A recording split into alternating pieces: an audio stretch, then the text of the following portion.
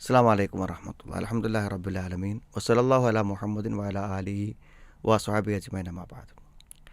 പല ആളുകളും നമ്മുടെ വിശ്വാസത്തെയും ദീനിനെയും സ്വഭാവങ്ങളെയും ഒക്കെ മറന്നു പോകുന്ന സംബന്ധമാണ് ഈ വാശി പിടിച്ചാൽ.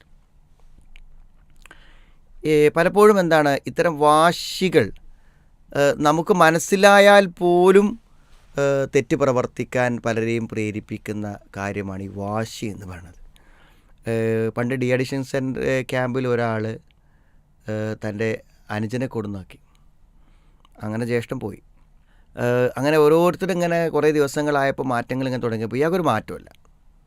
അപ്പോൾ ഇയാൾ ചോദിച്ചപ്പോൾ അയാൾ പറഞ്ഞു, ഈ ഡി അഡിക്ഷൻ ക്യാമ്പ് കൊണ്ട് ഞാൻ നന്നാവില്ല. കാരണം എനിക്ക് നന്നാകാൻ പറ്റില്ല. കാരണം ഞാൻ നന്നായിട്ടുണ്ടെങ്കിൽ എന്ത് ചെയ്യും?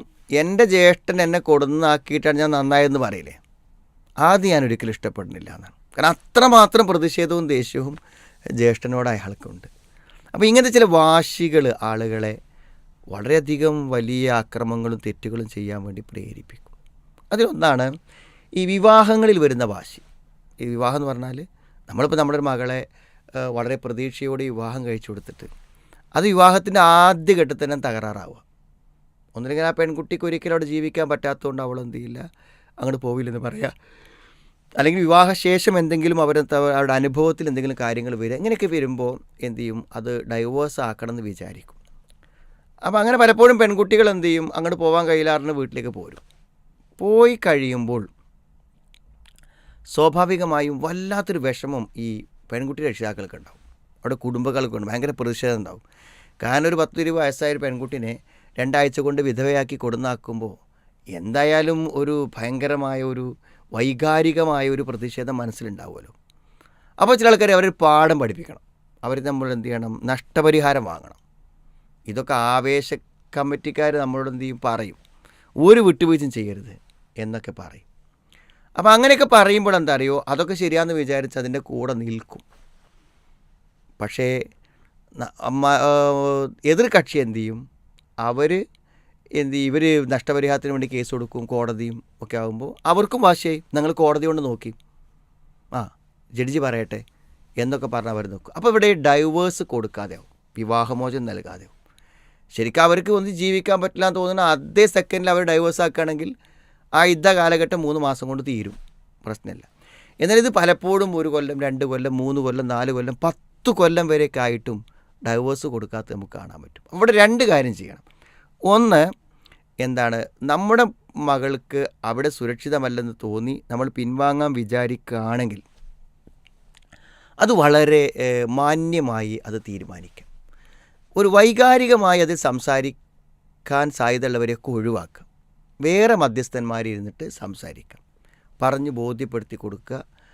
എന്നിട്ട് എന്ത് ചെയ്യുക, എങ്ങനെ മാന്യമായി ഡൈവോഴ്സ് ചെയ്യണം 2 കൂട്ടരെയും പറഞ്ഞ് ബോധ്യപ്പെടുത്തി അവർ തമ്മിൽ നഷ്ടവും കഷ്ടങ്ങളൊക്കെ പരസ്പരം പറഞ്ഞ് തീർത്ത് മുന്നോട്ട് പോകണം.